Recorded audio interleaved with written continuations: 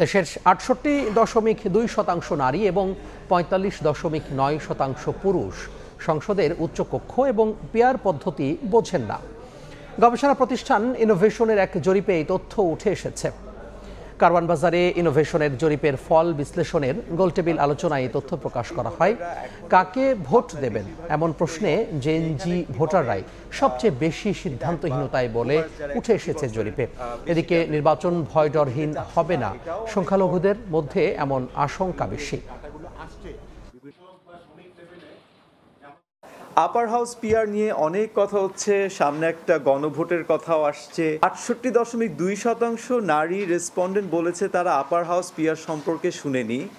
৪৫.৯% পুরুষ ভোটার বলেছে তারা শুনেনি। ২৩% পার্থক্য নারী এবং পুরুষের মধ্যে, এটা একটা বিশাল পার্থক্য। তাহলে এ থেকে কি আমরা এটা চিন্তা করতে পারি যে নারীরা এখনো রাজনৈতিক যে পট পরিক্রমা এবং যে আলোচনা, সেখানে কি আসলে নারীরা সম্পৃক্ত না?